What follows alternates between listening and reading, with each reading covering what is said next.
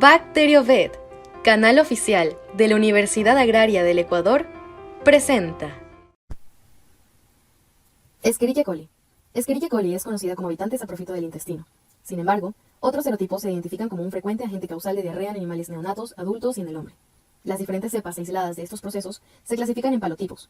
Estos son enteropatogénicas, enteroinvasivas, enterotoxigénicas, enteroagregativas y verotoxigénicas, dependiendo de los factores de virulencia que estos poseen. Aquellas verotoxigénicas que han sido causal de colitis hemorrágica o síndrome urémico hemolítico en el hombre se designan enterohemorrágicas, siendo entonces este palotipo una subclase de verotoxigénicas. A pesar de esta distinción, las distintas categorías presentan coincidencias. Todas interactúan con la mucosa intestinal, producen enterotoxinas o citotoxinas y pertenecen a ciertos serotipos OH.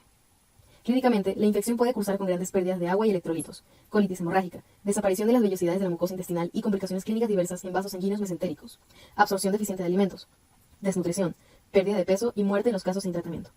Aunque con menor frecuencia, puede causar infecciones extraentéricas, particularmente en vías urinarias. Anualmente, este agente infeccioso causa importantes pérdidas en la economía rural. Epidemiología. Escherichia coli puede hallarse en todo el planeta, aún en el sector antártico. No obstante, la situación geográfica, temperatura y humedad ambiente son factores que determinan su incidencia. En Argentina se distribuye por todo el territorio, abarcando las más variadas especies animales. La prevalencia es mayor en zonas húmedas y cálidas, condiciones que prolongan la sobrevida del microorganismo en el ambiente. El suelo y el agua suelen ser las fuentes de infección, contaminados por las eyecciones de los animales diarreicos. Desde las fuentes, el microorganismo es transmitido al animal por la vía digestiva a través de la bebida y los alimentos. La mortalidad es baja si se administra una rápida y oportuna terapéutica, pero puede aniquilar un criadero en pocos días si no se toman medidas a tiempo. El hacinamiento, la falta de higiene, el inadecuado manejo de las guacheras en los rodeos de tambo son causas de mermas importantes en un establecimiento. Como es de esperar, los ejemplares más susceptibles resultan ser los neonatos, particularmente si no han recibido adecuada inmunoprotección materna. Por esa razón, la prevalencia es mayor entre los terneros nacidos de madres que no han sido expuestas anteriormente a cepas patógenas de E. coli o vacunadas. Su existencia en un rodeo de animales inmunológicamente desprotegidos crea foros de multiplicación y diseminación de las cepas patogénicas. Clasificación. De acuerdo con la 9ª edición del Manual Berge de Bacteriología Sistemática, Escherichia coli pertenece al orden de las eubacterias, familia Enterobacteriaceae, tribu Escherichiae, género Escherichia y especie coli. Morfología y características generales. Escherichia coli se presenta como bacilos rectos, gram negativos, que miden entre 1 y 1.5 nanómetros por 2 y 6 nanómetros, según las condiciones, y pueden aparecer aislados en pares. Entre los elementos constitutivos de su estructura, además de la pared bacteriana, se destacan los pili o fimbrias, la cápsula, los flageloperítricos y la membrana externa. Sin embargo, solo algunas cepas presentan cápsula. Existen cepas sin movilidad y por consiguiente sin flagelos, y no se han descrito formas esporuladas en E. coli. La cápsula está constituida por polisacáridos que, de acuerdo con variaciones cuali y cuantitativas en los monosacáridos que los componen, originan una amplia gama de antígenos K.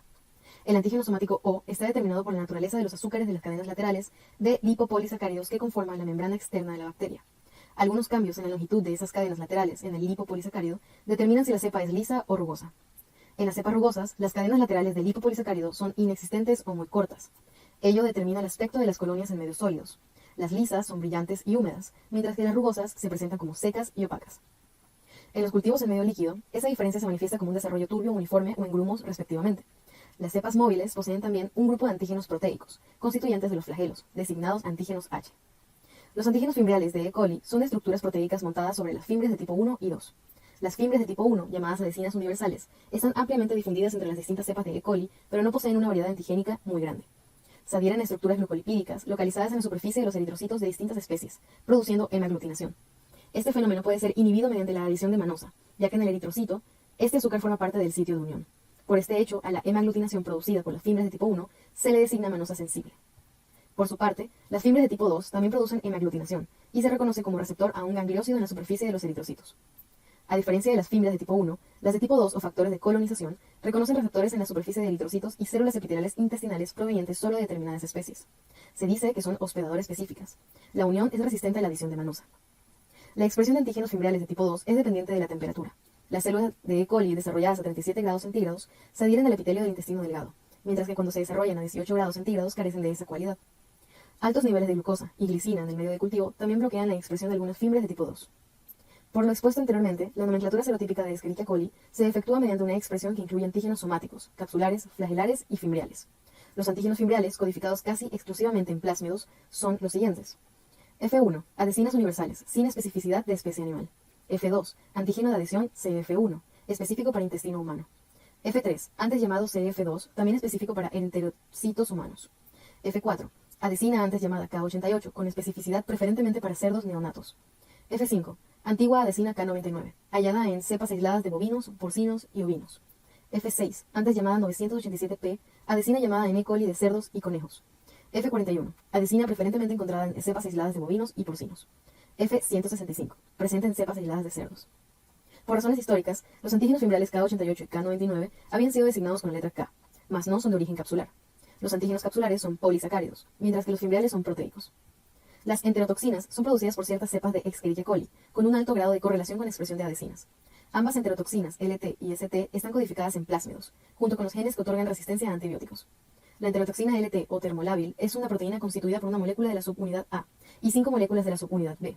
La subunidad B se une a un gangliósido receptor situado sobre la superficie de las células epiteliales del intestino, mientras que la subunidad A actúa como activador de la adenilato ciclasa. Las enterotoxinas termoestables, o ST, poseen varias genéticas definidas como STLA y STLB. Son proteínas muy pequeñas y por ende actúan como malos inductores de respuesta inmune. La STLA tiene la propiedad de activar la guanilotociclasa en las células del epitelio intestinal, luego de contactar con un receptor de naturaleza glicoproteica situado en la superficie de las células epiteliales del intestino. Otro tipo de toxinas que presentan algunas cepas de Escherichia coli son las verotoxinas o Shiga-like toxins, en sus variantes 1 y 2. Dentro de esta sinonimia, el nombre verotoxina se debe al efecto citopatogénico que ejercen sobre células vero en cultivo, mientras que el Shiga-like toxin se origina en las semejanzas fisiológicas e inmunológicas con las toxinas de Shigella dysenteriae tipo 1. Un elemento adicional de virulencia es el factor necrotizante citotóxico, caracterizado por los efectos citopatogénicos que desarrollan in vitro en células HeLa y confirmados in vivo en enteritis padecidas por distintas especies animales y para el hombre. Las células HeLa sufren multinucleación y aumento de tamaño. En animales de experimentación, como ratones y pollos, es letal. En conejos, ovinos, bovinos y porcinos se han documentado también su acción citopatogénica sobre el epitelio intestinal o luego de la inoculación intradérmica. Este factor es intracelular. Se libera al medio de cultivo en presencia de mitomicina o por sonicación de las bacterias. Es codificado en un plásmido y en electroforesis. En genes de policraliamida, con dodesilsulfato de sodio, se separa como una proteína de peso molecular 110K. Respuesta inmune. Una respuesta inmune eficiente deberá estar dirigida hacia los antígenos más adecuados de acuerdo con la patogenicidad de la enfermedad. Los antígenos producidos contra la adhesina F4, F5, F6 y F41 tienen la propiedad de inhibir la adhesión de cepas que portan estos antígenos fibriales y evitar la colonización del intestino en distintas especies. Este efecto ha sido comprobado también in vitro pertenecientes a distintas porciones del intestino delgado y de terneros neonatos. Dependiendo de la especie animal, los anticuerpos antiadhesinas que elabora una madre mediante inoculación del antígeno son transferidos por la cría vía transplacentérica o mediante calostro. En los terneros y lechones neonatos se ha demostrado que aunque luego de 5 semanas de vida, los terneros de madre inmunizadas 6 y 2 semanas antes de la aparición poseen títulos aceptables de anticuerpos antiadhesión F5. Patogénesis y aspectos clínicos. La superficie de la mucosa de los animales apenas al nacimiento posee una microbiota normal, en las cuales está la mucosa del tracto respiratorio superior, el tracto intestinal y el tracto genital. Y las estériles son tales como el tracto respiratorio bajo, el biliar y el tracto urinario alto. Todas mucosas poseen barreras naturales que impiden la adhesión del microorganismo patógeno. Sin embargo, cuando esas barreras son vencidas, la microbiota patógena va ganando rápidamente. El primer paso para desarrollar la patogénesis es la adherencia. La Escherichia coli se hallará los gangliosídicos receptores de las microbicidades del epitelio intestinal. Las distintas adhesiones de Escherichia coli F1, F2, F3, F4, F5, F6, F41, F165 reconocerán a sus correspondientes receptores gangliosídicos. Los movimientos del epitelio respiratorio o corrientes líquidas en el tracto urinario constituyen otro mecanismo defensivo para eliminar microorganismos que no están firmemente adheridos, IgA o IgG, inmunes según la especie del animal, provienen de la adherencia de bacterias a sus receptores. La toxina ST existe dos variantes, STA y STB. La primera es hallada en Escherichia coli aislada de lechones y terneros neonatos. Actúa sobre el hilio, activando la guanililato ciclasa. La STB se ha hallado en cepas aisladas de diarrea de lechones post-testes sin que se hubiera ejercido acción alguna sobre los niveles de nucleótidos cíclicos. Tenemos en cerdo. El porcentaje de la mortalidad de la diarrea colibaciliar del cerdo neonato es muy alto y puede afectar a casi la totalidad de la cría. La colonización y la invasión del intestino provocan adelgazamiento apreciable de la pared del intestino, pérdida de las microbicidades y muerte antes de las 24 horas. También presenta diarrea del tipo líquida, blanco-amarillenta. Cuando el animal se somete a un cambio brusco de su alimentación, suelen aislarse cepas distintas, algunas de ellas productores de verotoxinas. A pesar de ello, la mortalidad en la diarrea suele ser muy inferior a la padecida por el neonato. En el ternero, la enfermedad se desarrolla preferentemente durante la primera semana de vida, en especial en terneros que no han recibido suficiente cantidad de calostro durante su primer día de vida. Es común detectar STA en esa cepa de Escherichia coli. De no mediar tratamiento, los animales mueren por deshidratación y acidosis. Ciertas cepas con factores necrotizantes, citotóxicos, hemolicina y biotoxinas pueden producir septicemia e invadir los tejidos. En estos casos suele desarrollarse meningitis, poliartritis y por lo general el animal muere.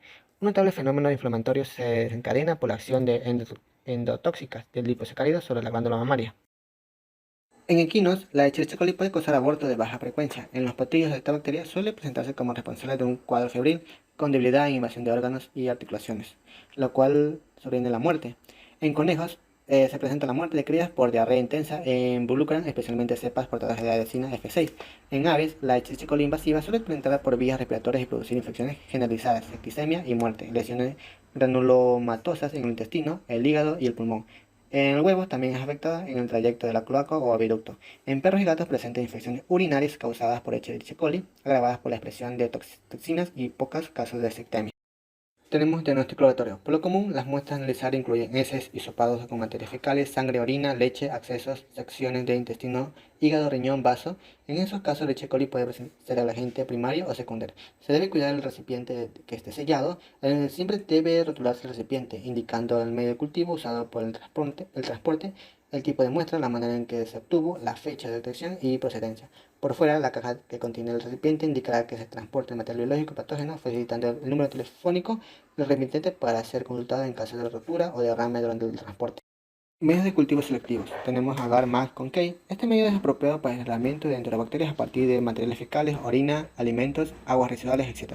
Modo de acción. Las sales biliares y violeta cristal ejercen una inhibición significativa sobre las bacterias gram positivas. La lactosa y el indicador rojo neutro permiten comprobar la degradación de ese disacárido. Las colonias de lactosa positivas aparecen rojas con halo turbio. Las lactosas negativas son incoloras. La Escherichia coli es un fermentador de lactosa. Condiciones de cultivo: sombrar las placas por estrías e incubar a 37 grados centígrados durante 18 a 24 horas. Medios de cultivos para identificación. Tenemos el caldo rojo de metilo según Bogues y Postcor. Este medio de cultivo se emplea para efectuar el ensayo del rojo de metilo y la reacción de Box y Postcor para procurar la caracterización de enterobacterias. Modo de acción: la pectona de caseína es rica de triptófano. Los microorganismos que producen indol a partir de ese aminoácido son identificados mediante el reactivo de COVAX.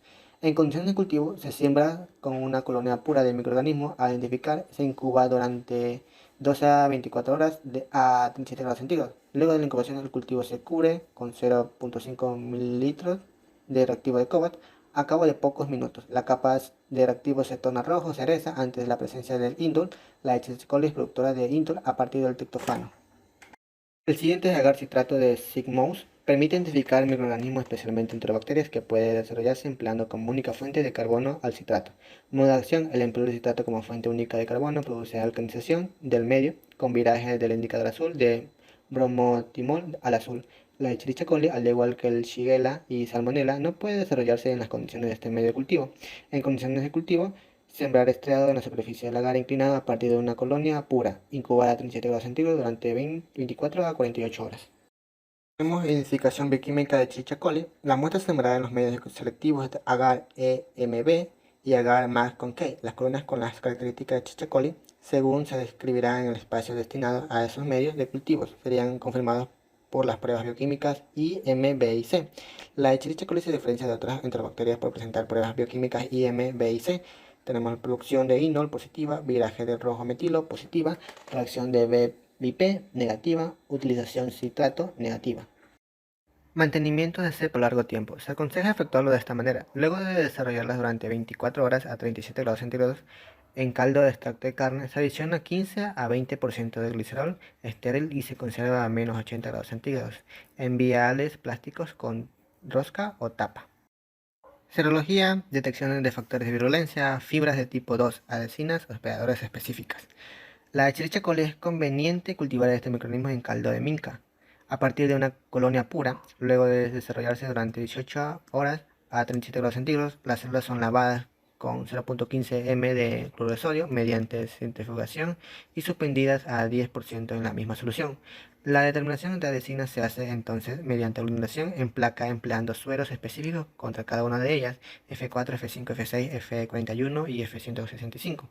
En el caso de enfrentarse con cepas rugosas, se debe sustituirlas por un ensayo de Doblot, inmunoperoxidasa o inmunofluorescencia, donde los anticuerpos estarán marcados con peroxidasa o isotiosinato de fluorescencia, respectivamente.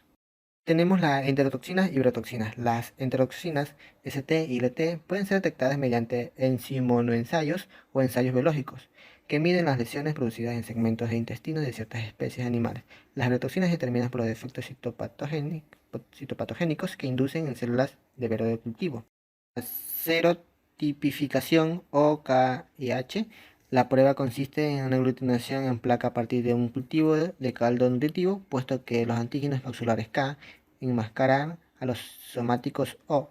La reacción con los sueros anti-O se debe efectuar empleando una suspensión y descubrir los somáticos. Y por último tenemos el tratamiento. El uso indiscriminado de antibióticos trae una mayor resistencia. Entre los antibióticos que muestran ser aún efectivos en nuestros medios incluyen gentamicina, cloranfenicol y combinaciones de trimetroprina, sulfametoxazol. Las restricciones de los parámetros, hidratación, equilibrio electrolítico y ácido base es otro punto a tener en cuenta en la recuperación del animal. Eso es todo.